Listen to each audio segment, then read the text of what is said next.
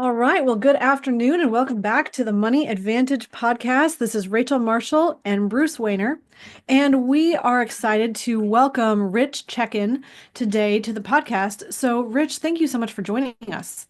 Well, thanks for having me. Glad to be here.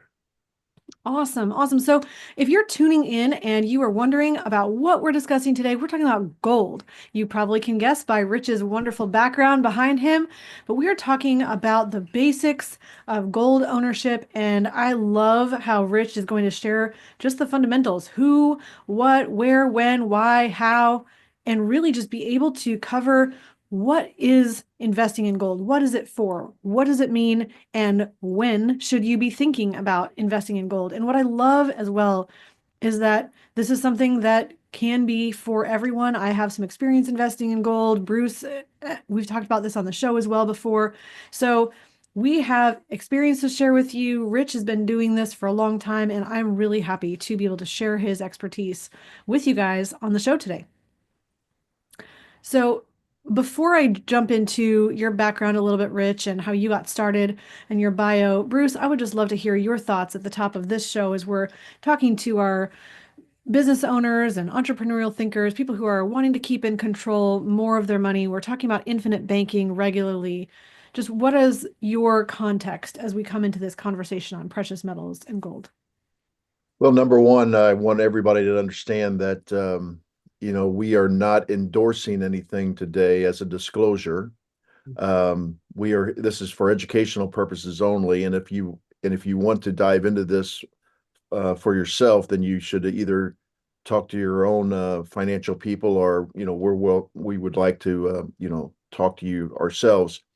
I was exposed to precious metals way before I even got into the financial services industry and I'm sure Rich will talk about this, but I graduated from high school in 1981, and coming out of the Carter administration, there was massive inflation and because of that, massive increase in gold and silver prices. And my grandfather actually bought a lot of silver during that time period when it hit about $50 an ounce.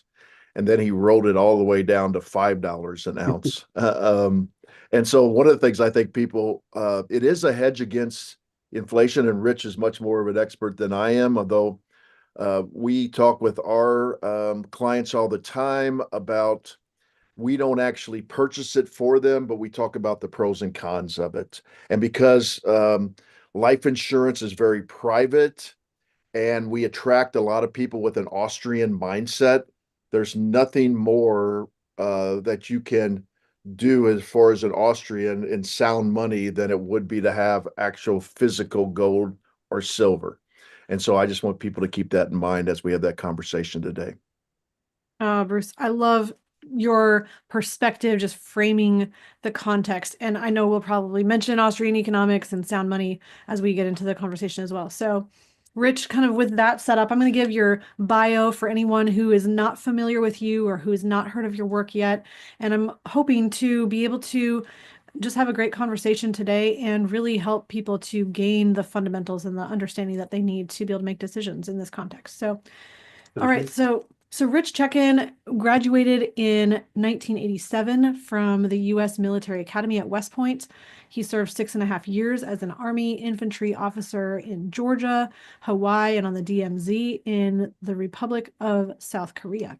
So, as president and COO of Asset Strategies International, Inc., so ASI, as you might hear us refer to later on through the show, Rich has been an integral part of ASI's maturation to a full service tangible asset provider to include precious metals and rare U.S., world, and ancient coins.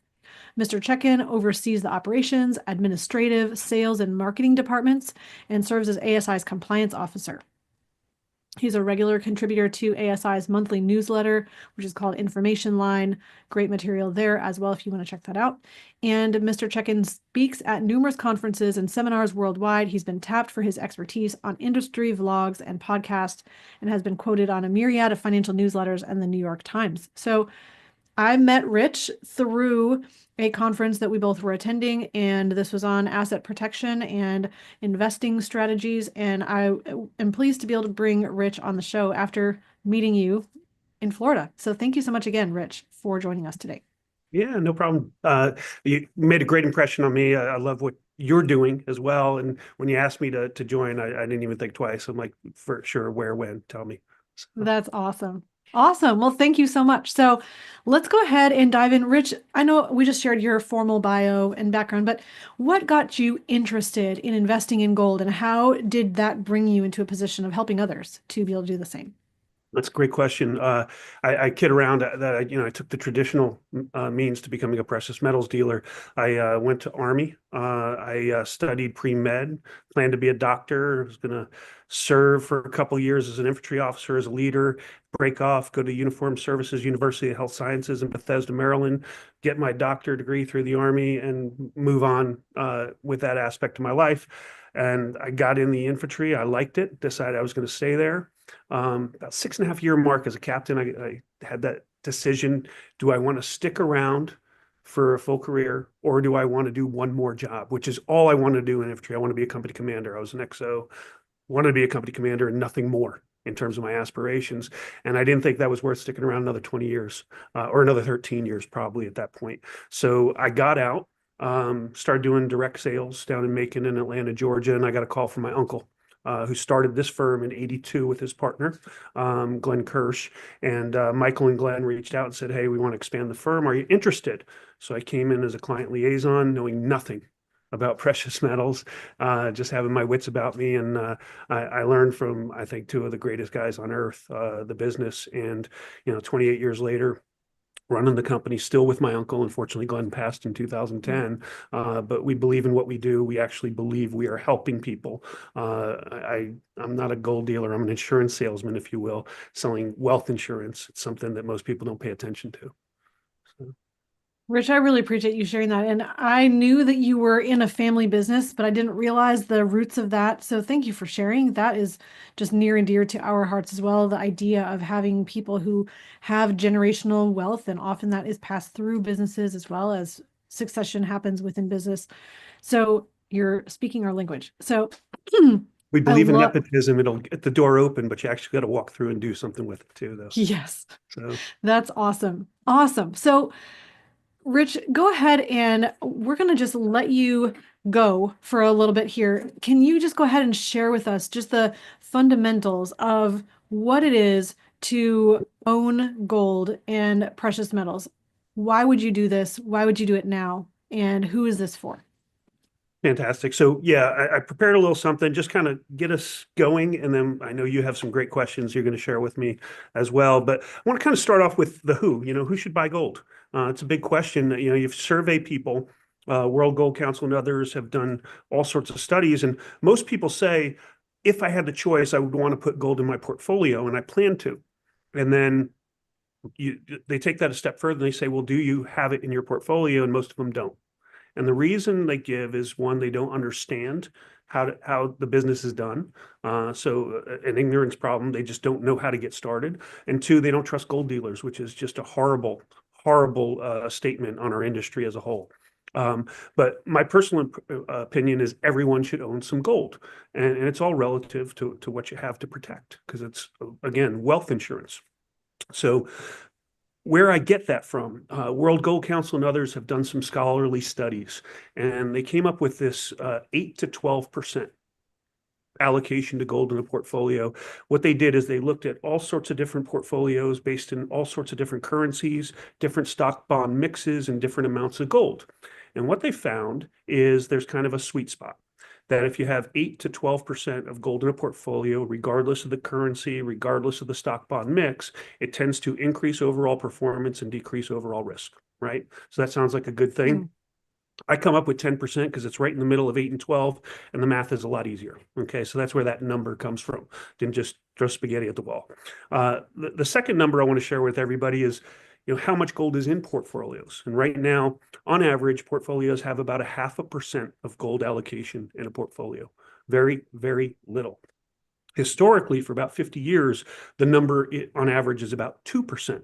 So right now, we are about 1/4 of what the 50-year historical average of gold ownership in a portfolio is. And for me, that's 1/5 of what you probably should have. So you can probably guess that even in its heyday, gold is kind of cheap and hated. Okay. But everybody should have it. I can go on for about an hour just telling you stories about our clients that we have helped into gold, that over time it has saved them from the stock market, from health insurance, from some other crisis that they couldn't meet otherwise if not for their gold holdings. And that's why you should have it. Again, it's insurance. Now, what are we talking about here? The what? Typically, when we look at gold as insurance, we're looking at bullion. All right. So these are bars, 1 ounce, 10 ounce, kilo, coins, typically 1 ounce, either sovereign minted coins or rounds from private mints. And certificates, which are basically warehouse receipts for metal stored in your name in a depository somewhere with 100% backing. So that's bullion, and it's gold, silver, platinum, palladium.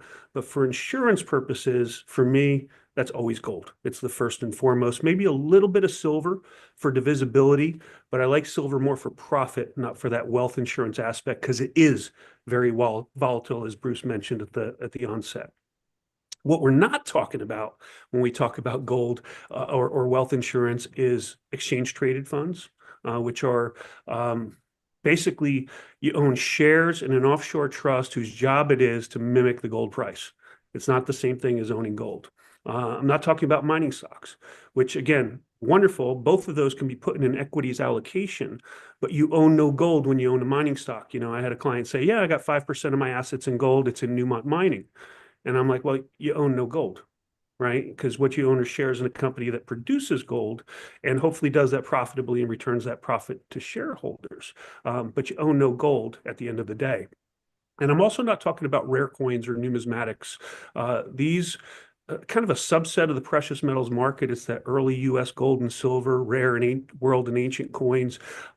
It's not where you start at. The premiums are much higher. There's two components to the value of those coins. It's both the underlying metal value as well as the perceived collector value, which is the most important part of that, and that can ebb and flow. That's really not where you start out for wealth insurance. Again, it's bars, coins, rounds, and certificates. So that's the what. The when, all the time. And of course, you can expect to hear that from a gold dealer, right? But, you know, the bottom line is, you know, my thought on gold is you buy 10% of net worth. That's what I do. Everybody's different, I know. But you buy 10% net worth, you hold on to it, and you hope you never need it, because that means 90% of your portfolio is doing just fine, right? But it's there just in case. Or with high liquidity for a potential Rich, we financial. lost you just a second. Okay, So sorry. you said they're just in case. I don't know if there was a little glitch, but where you said you're hoping not to use it, 10% of your portfolio, hoping to never tap. Yeah, so my definition of that wealth insurance, that gold, is a store of purchasing power with high liquidity for a potential financial crisis you hope to never have. Okay. If you have the crisis, you immediately cash in the gold, meet the financial crisis, and as soon thereafter as you can, you try and build that back up for the next crisis that you hope to never have, right? But in the meantime, you don't touch it. I don't care if gold goes to $3,000 an ounce, which it may do shortly, or drops back down to 200. It doesn't matter. It is doing its job. It's protecting purchasing power. That's what gold does. And when to own it, you know, if you're following along at home, Google 100-year gold price chart, and you'll see what happened the moment that we unshackled gold price from the official price of the, you know, tied to the U.S. dollar. When we did that, 1971 was that? 1971, August 15th, Richard Milhouse Nixon. So we broke the gold window, or closed the gold window. And basically what happened is now gold could freely trade, and the mismanaged currency did its thing. Politicians did their thing. They mismanaged the dollar. It now takes more of those dollars to buy that ounce of gold, and I don't see that trend stopping anytime soon, unfortunately. So gold is how you protect that purchasing power. So when is always, okay? We're not talking about profit here. We're talking about insurance, and that's all the time. You don't get rid of your health insurance because you're healthy. You don't get rid of your homeowner's insurance because your house looks good. Fires can happen. People get sick.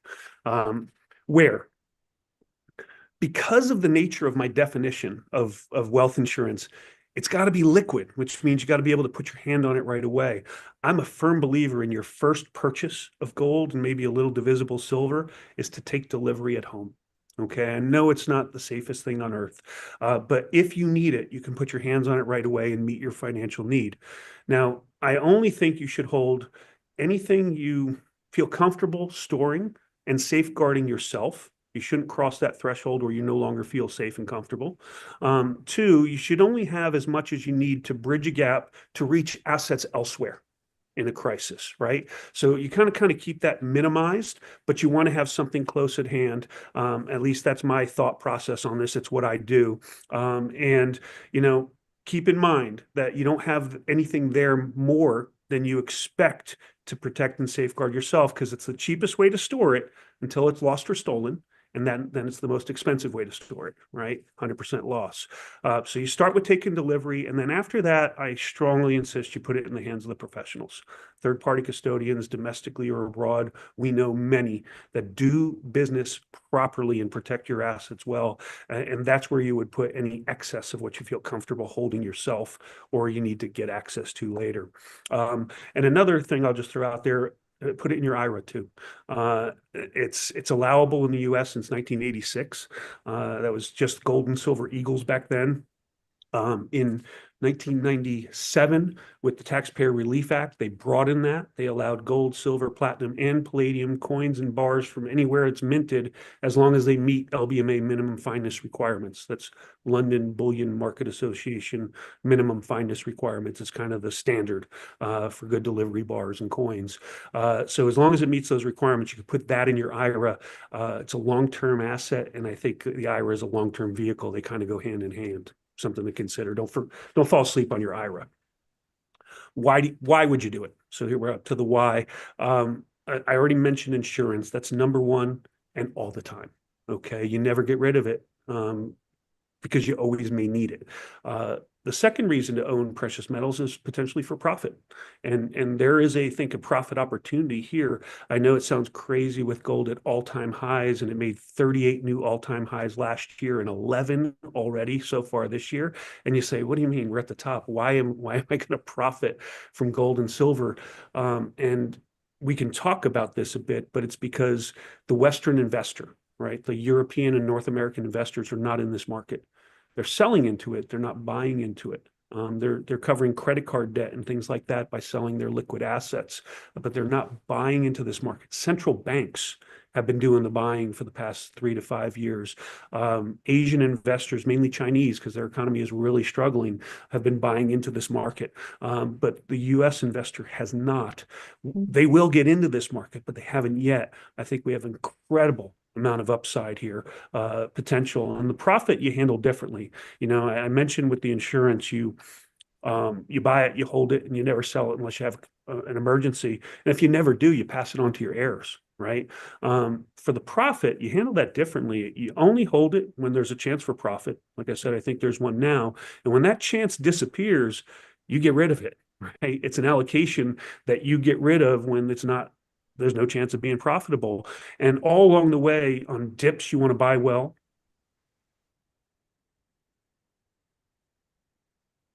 You want to go ahead. Okay, we I lost you think it again for froze a again. I quick just second. saw you. I don't know if it's me or if it's you, It's but you said probably on dips, me. you said on dips you want to buy well, and that was where I heard And the then last. when it jumps up, right? Let's say you allocate, I don't know, 5 or 10% of investable assets for profit, and all of a sudden you're double because it's soared a little bit. You want to sell half. You don't even think twice about it. If you're buying well and selling all along the way, taking profits, who cares where the top is? As long as you can recognize what a transition from a bull to a bear market looks like. And I have some thoughts on that I can share with you as we go on. I think it's one of the questions you wanted to ask.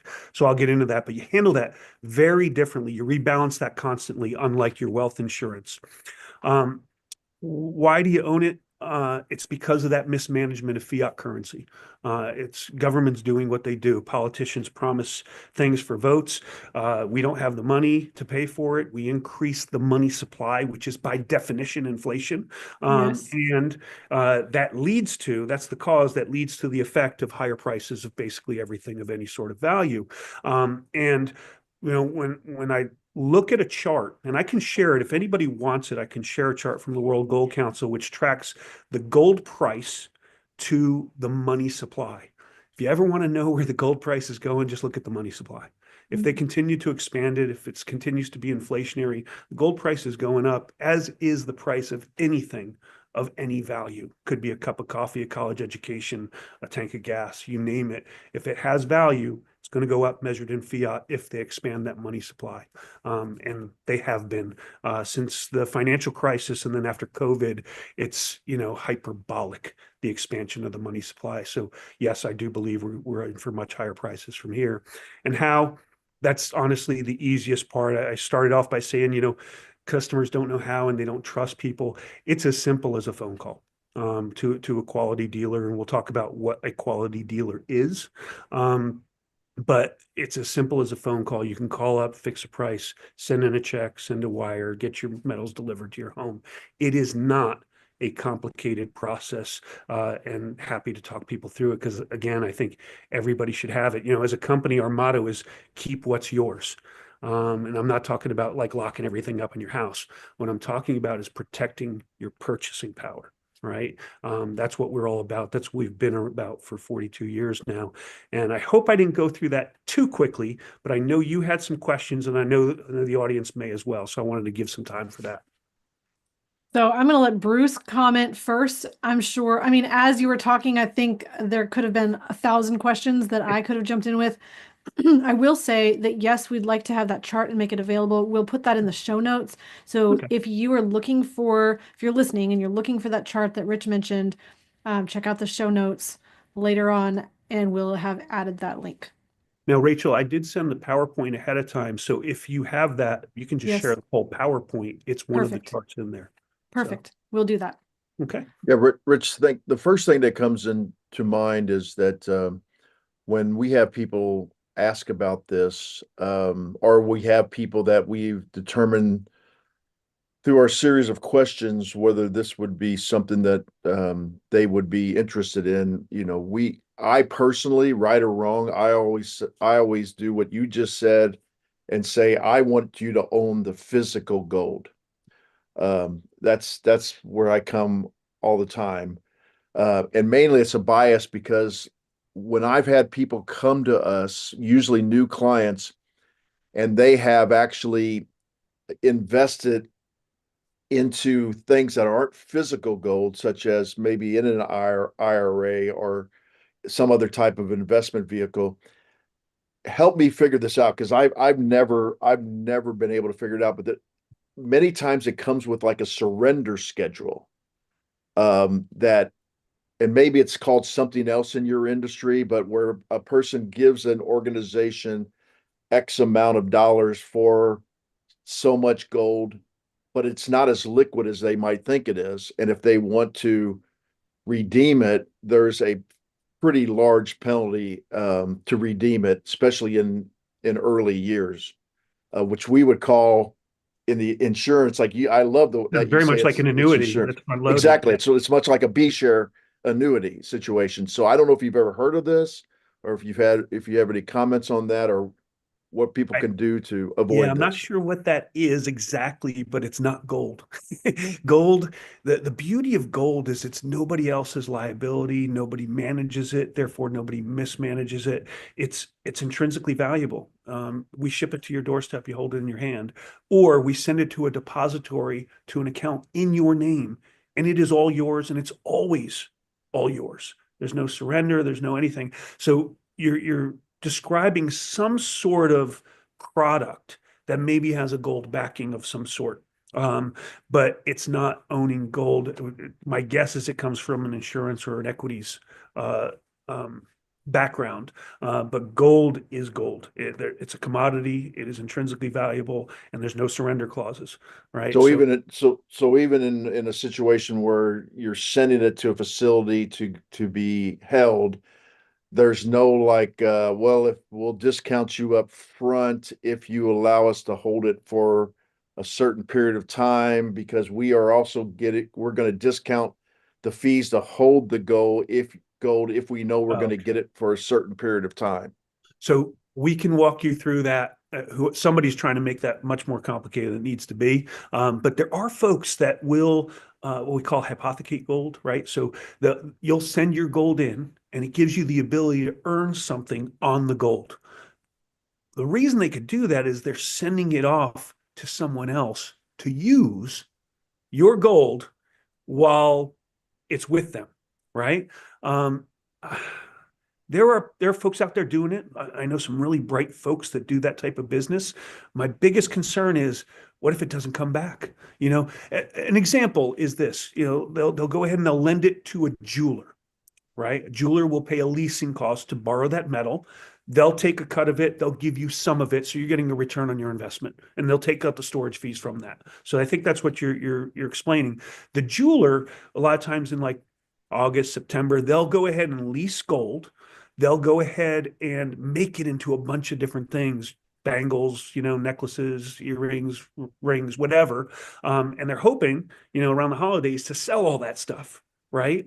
And then eventually they'll get the money back and they can return the money and they'll buy gold or something for it. So you're not going to get the same gold back because they're going to melt it down and do something with it. But in the meantime, you're letting somebody use it and you're getting an advantage.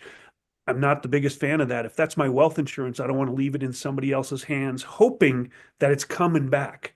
That's not the way Yeah, I. I'm not a big fan of it either, but I think Yeah. these are the things that come up, and Yep. we're trying to bring clarity to these kind of things. Yeah. Um, so Now that's great if you want to, generate some sort of. It's kind of like a rental property in real estate, if you will. You're letting somebody else use it, and you hope it comes back in good order. In the meantime, you're trying to get some cash flow. I don't do that myself. I know people do. Not comfortable with that.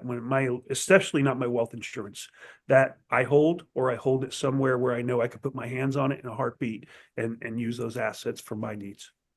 So, good So question. I'm hoping this is going to come through clearly.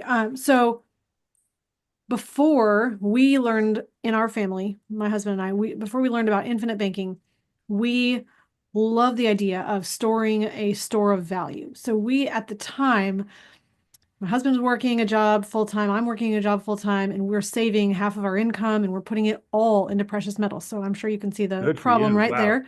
Well, good and problem Yeah. at the same time. So this is leading into 2008, 2009. We're buying precious metals and we're in a position where we're saying, okay, we want to hold this 20, 30 years. Then we came into a position of saying, okay, we need the liquidity to be able to use some cash right now. And at the time that we needed to use it, it was not an ideal selling time for Mhm. gold and silver because we've lost about half the value. Now, that Yeah. doesn't negate the long-term holding power because we Yep. still hold some gold and silver, and we believe in having that long-term store of value, and part of the reason that we value life insurance and infinite banking as well. But I think what's really interesting that you're saying is it's wealth insurance. It's designed to be a portion of your portfolio, not all of your portfolio. And And honestly, a small portion of your yeah, portfolio.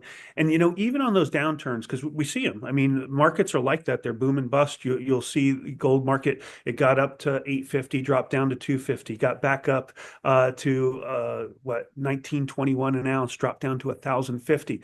The one thing I tell people, they say, well, gold doesn't hold its value. I'm like, it holds purchasing power. Right. So when gold was 250 an ounce, it bought a nice new business suit. When it was 850 an ounce, it did as well.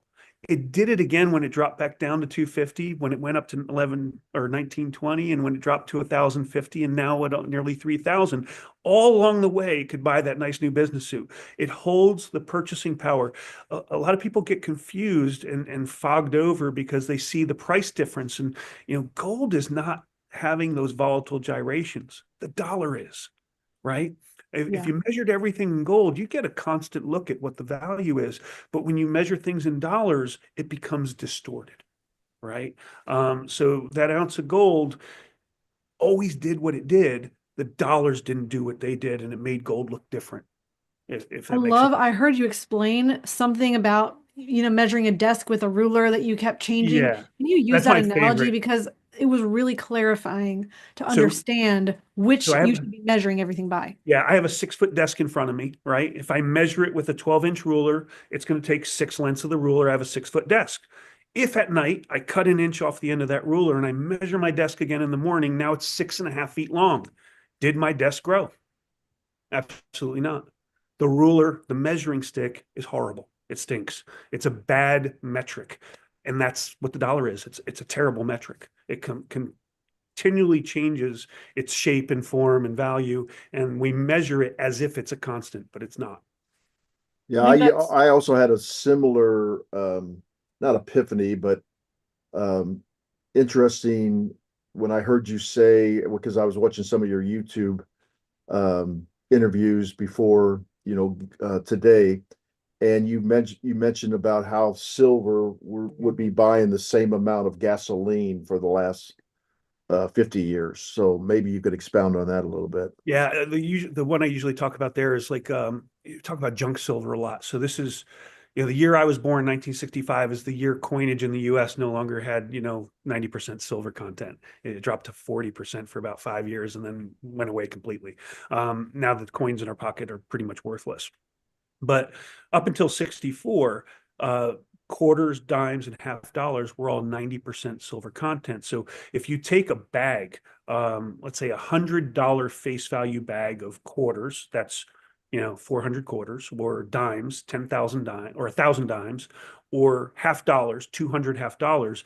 If you spent it, it was worth $100, but you don't want to spend it because the silver content, if you melted that $100 face value bag down, you're going to get 71.5 ounces of silver multiplied by the current price of about $33 an ounce. You can see it's about $20,000, not $100 face, right? And so if you take a quarter, a pre-1965 quarter, you can buy a gallon of gas today for that quarter. Because of the silver content, it's worth about $4 or $5 each. I think that's probably what you're referring to. Exactly, Rich. Yeah. that's powerful. So, okay, so there's so much around this whole idea. I think one thing that would be really helpful to discuss is the liquidity component of it. So we talk about having 15-minute money, just in terms of setting up your savings and accessible cash. Have some money that you can access really quickly that's inside your home. Have money in a bank account. Don't put every single thing into a whole life insurance policy, even though that's still liquid. It's very liquid. You can get, the check for a life insurance loan within about a week. I don't know what we're allowed to say, Bruce. Are we allowed to Oh, say that's fine. that? Three, yeah, Okay. 3 to 5 days, three to There we five go. business days. Yeah. Business day, yeah. And so, but that's not 15-minute money. That's not, let me grab this right now and access it. You do have to have a little bit of foresight and forethinking and planning in order to have that cash in hand, even though it's still liquid. So in terms of liquidity of precious metals, can you talk about how you go about selling them, where you look to sell them? And I think this is really clarifying, because one of the ways that people feel most comfortable with something is if they have a good exit strategy as well, and they know how they can convert that into something that is maybe more readily accepted. Now, maybe gold should be accepted at the grocery store, but it's not necessarily probably going to be able to be given to a cashier. I agree, because they're not going to know what to do with it, at that level, Mhm. So I love the fact that you said exit strategy. One of the things I like to tell people is, the difference between a collector and an investor. A collector buys something and they have no desire to get out. They have no plan to get out. They just love it. They own it. An investor buys something and before they buy it, they have an exit strategy. That's what makes them an investor. So I love that reference. Gold is pretty simple to sell. Okay. Basically, it is one of the most liquid forms of wealth on earth. The way to prove that is just look at the stock market and the gold market right after any sort of major collapse, right? So whether it be AIG, Bear Stearns, et cetera, look, and at the time of the collapse, both the stock market and gold collapsed immediately. And what was happening there, most people don't understand. They said, well, gold didn't do its job. it did its job. The stock market collapsed. People were in leveraged positions, meaning they borrowed money to own more shares.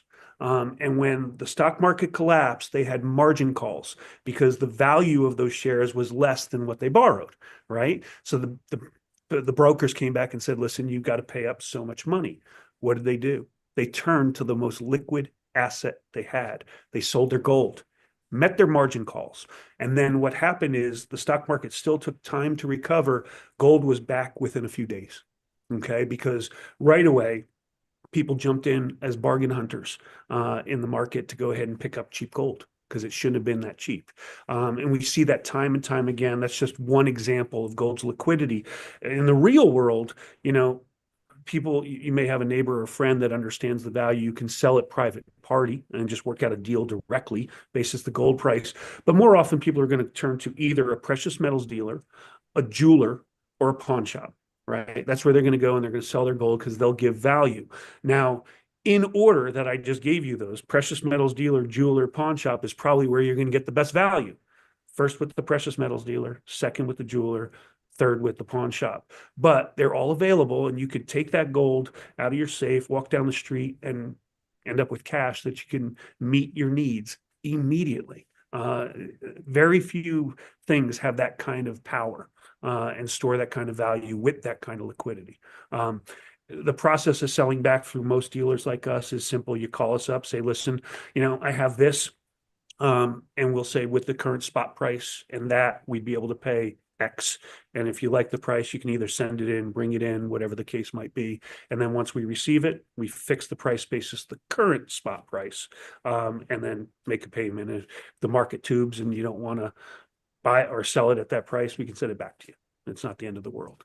So for somebody who's maybe not as familiar with precious metals, can you talk about what is spot price? Do you pay spot price when you purchase gold? Do you sell for spot price when you sell gold? Where are the premiums attached? And how do you look out for being in the best position of not getting taken advantage of? Yeah, great question. So the spot price is basically 24 hours a day, round the clock, round the world. Gold continues to trade for the most part. There's a little bit of break from Friday afternoon in the US to when Asia opens up Sunday evening. Okay. But for the most part, the book, if you will, passes from Asia to Europe to North America, back to Asia, back to Europe, all throughout the week. And you constantly have a liquid market for most of the week. And the spot price basically just reflects all that trading and where everything kind of settles out. So that's more people are buying, the price is going up and so forth. But that is, when you hear the Asian spot price, the Europe spot price, it's the same market. It's just a different time of day.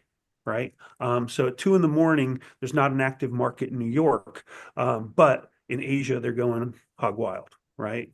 So that's just kind of how you keep it in perspective. It's the basis price that all your buys and sells are made from. Now, there is a bid price and an ask price for the spot price. The bid price is when you are selling. That's your reference. The ask price is when you are buying. There is a little bit of a difference in there, and that's the profit margin of the market maker, basically. That's how they make their money. So there's that bid ask difference. For gold, it's like $1. For silver, it's 10 cents. So it's typically not a lot, but that's that little margin for the market maker. But when you're selling, bid is your basis price. For buying, the ask price is your basis price. And then from there, a premium is either added to the ask price to cover the cost of minting the coin or bar, the wholesaler who bought it from the mint, whether it be sovereign or private, and the dealer, the retail dealer who bought it from the wholesaler to get it to you. Right. So everybody made a little bit of money along the way. It's not a ton. I think, if you're looking at for gold eagles, typically 10 to 20 ounces at a time, you're looking at a 5%, 6% premium. Typically right now, it's much less because nobody's buying anything. Right. So when the markets are hated and nobody's buying, like happening in North America and Europe right now, the premiums come down. Premiums go up when there's demand, they go down when there's not. And that does change from time to time. If the dealer is faced with carrying a whole bunch of Eagles that they bought and having those hedge costs and carry costs, et cetera, versus selling some and getting cash in hand, they may lower their premium. And that's what's happening right now. And on the bid price, again, supply demand dependent, but you will take that bid price and they'll subtract a premium from it, and that covers the cost of handling the transactions, hedging it, selling it to a third party, et cetera. So there's always a bid-ask spread. It's not terrible. I mean, for Eagles, if you're buying at 5 and 6% over spot, typically you're getting 1 to 2%, maybe 1.5% over spot when you sell it back. And that margin of about 3 to 5 4.5%, something like that, is pretty common, whether it be a bar, an Eagle, a Maple, a Krugerrand. It's just you have a different entry point. So the Eagle is the highest typically when you're buying a premium because it's the most popular coin in the world. It's the one that's most in demand. Maple Leaf's second most popular. Wow. Oh, this is so fascinating. Okay. So another question that is on my mind, and if you're listening right now and you have questions, please go ahead and drop those into the comment section so we can address those and Rich can speak to them live. Of course, we'll have people afterwards with questions that we'll field to you, Rich, rather than having them asked Happy to to us. answer, even after the fact that this can have a tail. I don't care. That's my job. Hopefully Awesome. educate people. So Awesome. So you mentioned that the Western markets are not buying gold and silver right now, or palladium and all the precious metals, really, for the most part.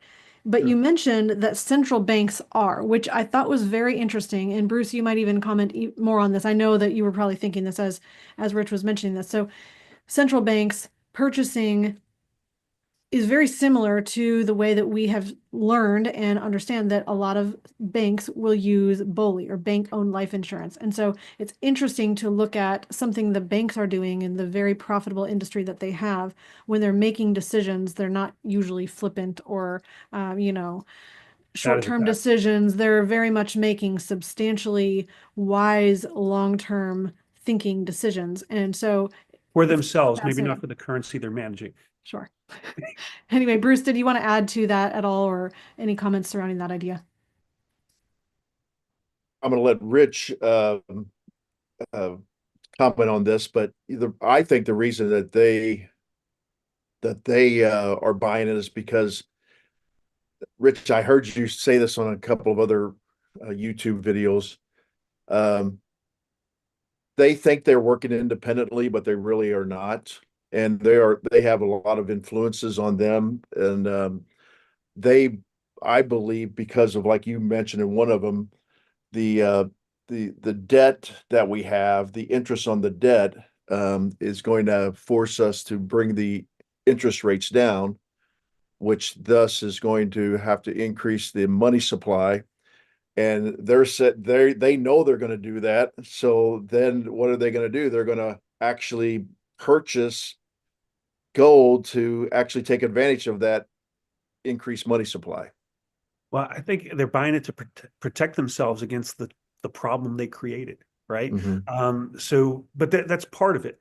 So the number one reason that central banks have been buying gold, stated by them, because they're surveyed every year, those that buy and those that aren't buying, will they be buying? They're asked.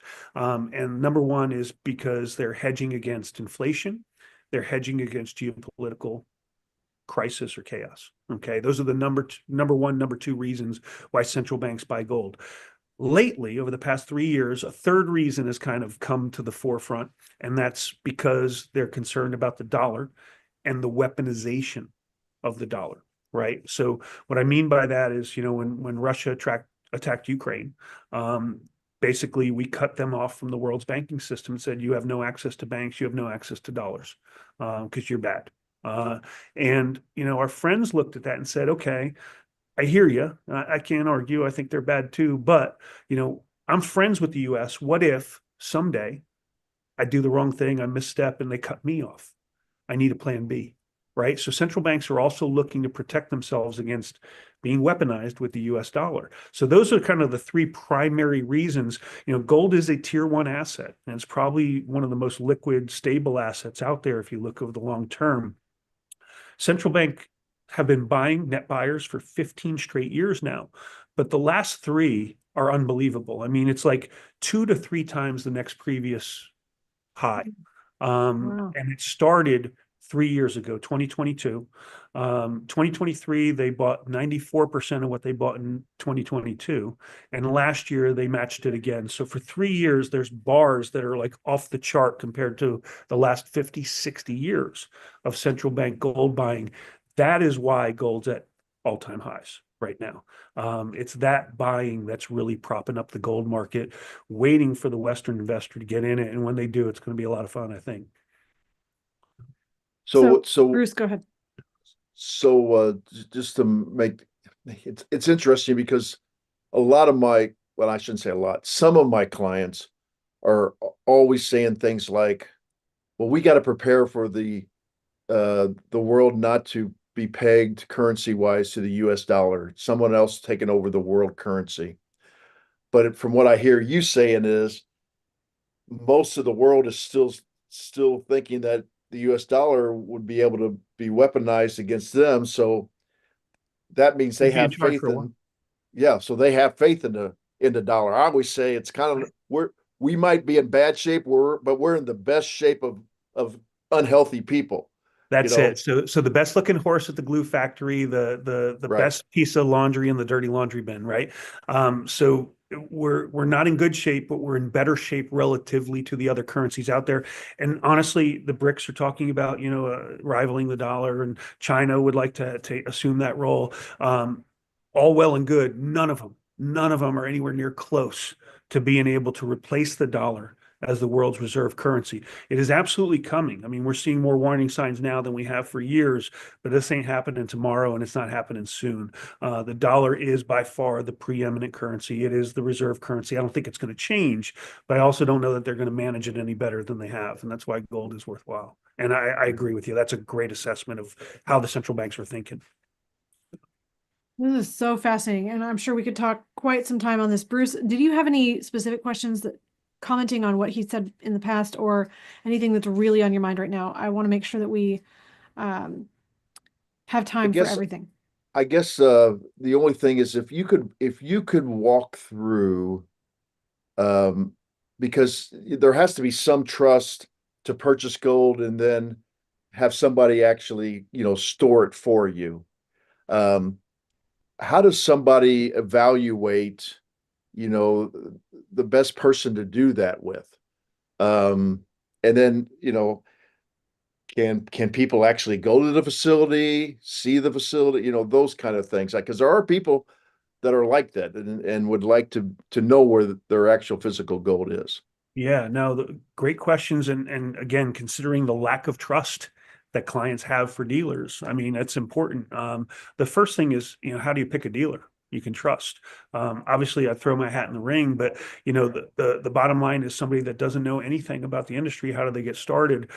First thing is you can read reviews, etc. Careful though, because sometimes you can pay people to write wonderful reviews for you. So you got to be super careful. I'm more of a fan of going to someone that either a friend or a trusted financial professional knows. It's one of the reasons we're actually trying to work closely with some of the fee-only asset management firms. So the organizations and trade organizations, because I think there's a desperate need there for folks looking for physical metals and knowing who they can trust. But go to someone that either a friend, relative, or trusted financial professional has done business with or has some experience with. We'll get calls all the time. Asset manager we worked with 20 years ago say, I have somebody who wants to buy gold. I thought of you, that's one way. Second thing is just protect yourself. Shop like you would a roofing estimate or car repairs or whatever else. Shop your gold dealer. Now, I caution you, it's not all about price. I mean, there are often times that we'll be the cheapest price in town. Not all the times. Sometimes we're not. We'll always be in the ballpark.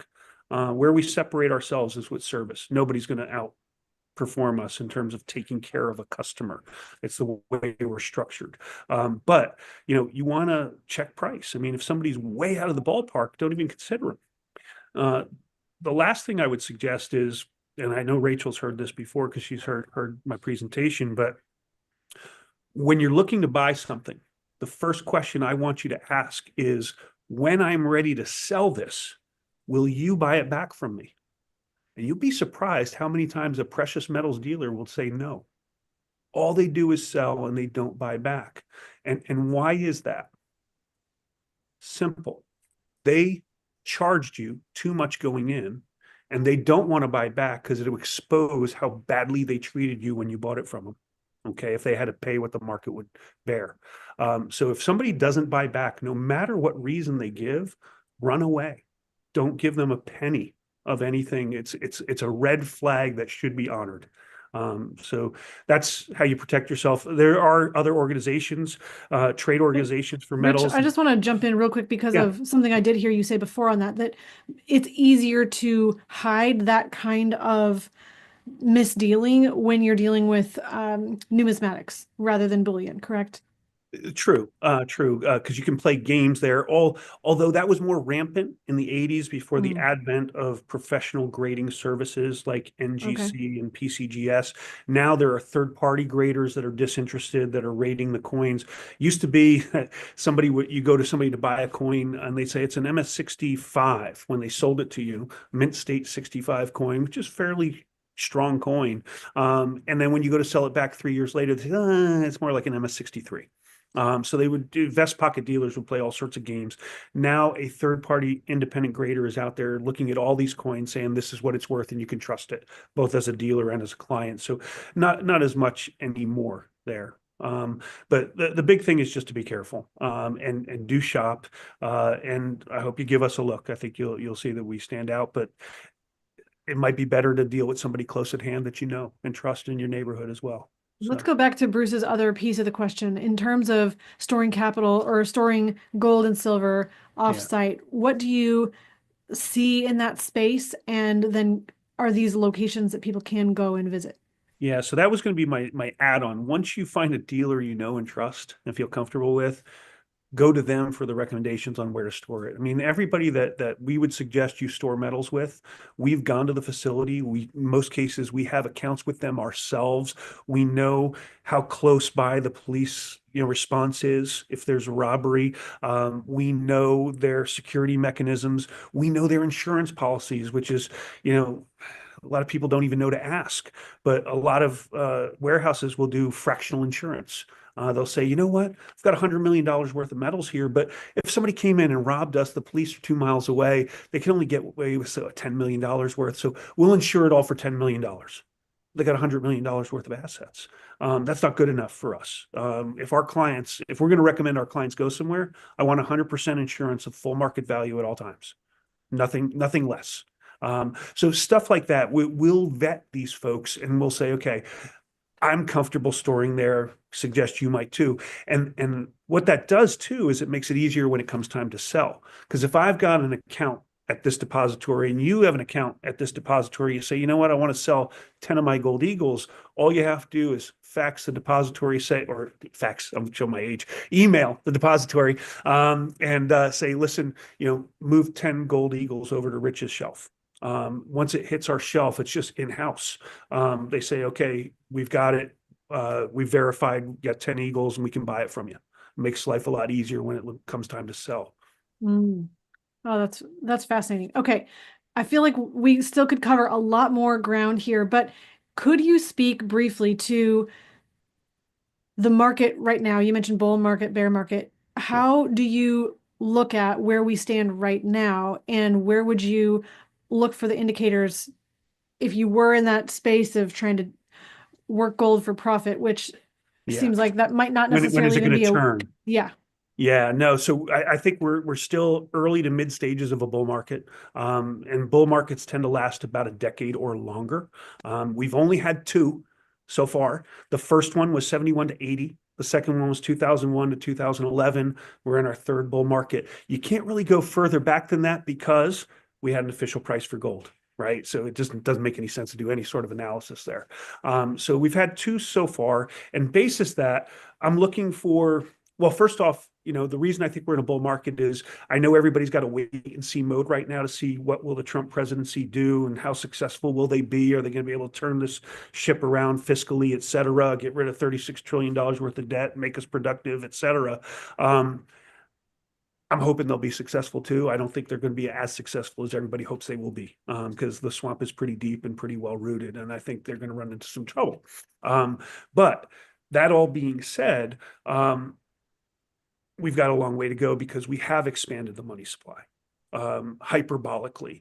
Gold has a long way to run. And when the Western investor gets in this, and I think that may happen as soon as we cross and hold $3,000 an ounce gold. That's a key psychological level. And I think it has room to run there if investors see it holding and say, boy, I didn't get yet, but I darn well better get in now. The fear of missing out might kick in at that point. So I think gold has room to run. I think silver, you look at a 45-year cup and handle formation for silver right now that we've just broken out of, which is incredibly bullish.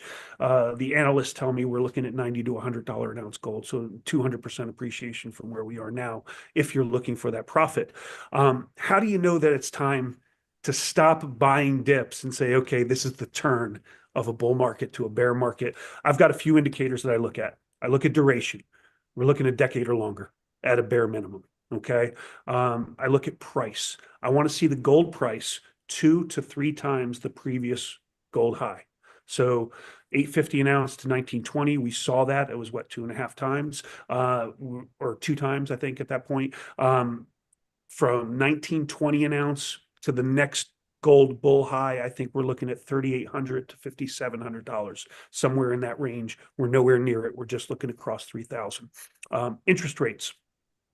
In order for people to want to put money in a bank and get interest against inflation versus buying gold, I think you need high single to low double-digit interest rates. We're nowhere near that. We started working up.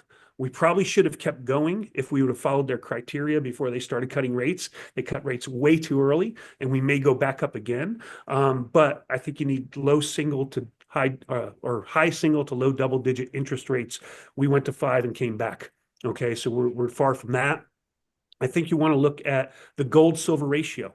Okay, so this is the GSR.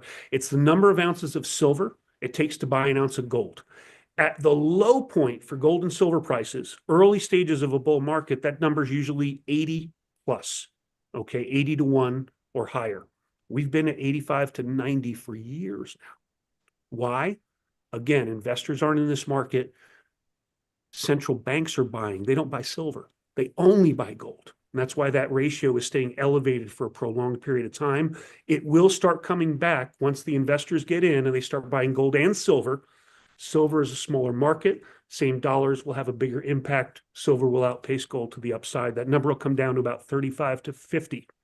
And about there, that would signal the end of the bull market and the start of the bear market. Okay.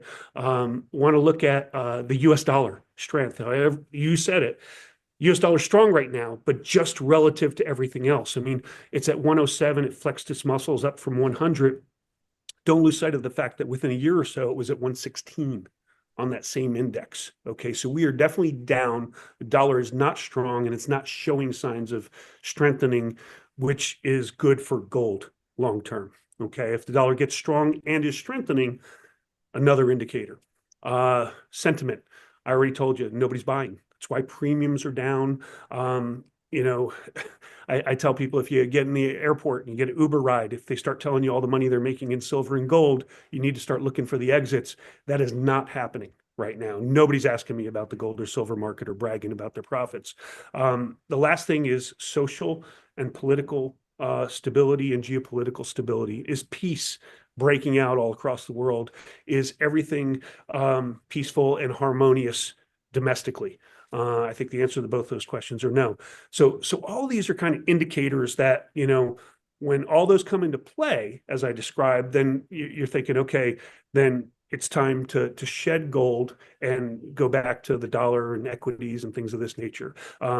None of those indicators are firing right now. When you see 2, 3, 4 of them start come together, not just one, but 2, 3, 4 of them start to come together like clouds building for a rainstorm, and you say, okay, it's time to start looking for the exits for my for-profit assets, and maybe I want to start shedding them and averaging out of this marketplace. And if you were buying well and taking profits all along, so you miss the tippy top, who cares? You're going to be close enough if you pay attention to those indicators, I think. Rich, this has been fascinating. And I know we're at the top of the hour, a little past. Bruce, if you've got to hop off, I totally understand. I'm just going to ask, where can people find you, Rich, to be able to ask you more information, learn about you, ask questions? How can they reach out to you? Well, I appreciate that. And I know, again, I know you're not endorsing me. We'll earn our business. Hopefully, I want some people over with our experience and information. Toll-free number is 800-831-0007. That is 10 better than James Bond. I'll let you know that. Or you can just email us at info@assetstrategies.com. You know this, Rachel, but we've built it into our culture to take care of people. So I don't pay my sales staff a commission. Never have in 42 years, never will. I don't want them driven by a high commission to sell you something you don't want or you don't need. Their job is to find out what your goals are, help you reach those goals, the fastest, most efficient, cost-effective way to do so. If they do a good job of taking care of you, I will take care of them. I'd be a fool not to hold on to them. Okay, but they're not chasing commission. They're trying to help you, and it's built into our culture. So we'd love the opportunity to help you keep what's yours. So Excellent. Rich, this has been fascinating today. Bruce, any closing thoughts? No, I just really appreciate the reinforcement of Austrian economics in this episode. it's not dead by a long shot. We didn't Awesome. get to Bitcoin, but actually that's one of the things I love about the Bitcoin movement. It's bringing young people to the Austrian school way of thinking because they've been dissatisfied with the mismanagement of the fiat. So maybe in a future show we can talk a little bit about gold and Bitcoin and those analogies, but I think there's a lot to talk about there as well. So, but thank you Awesome. for having me. Awesome. Thank you so much for your comments, your questions, your expertise. And we just really appreciate having you on the show, Rich. In closing, if you're listening, please remember success leaves clues. So model the successful few, not the crowd, and build a life and business you love. We'll see you next time.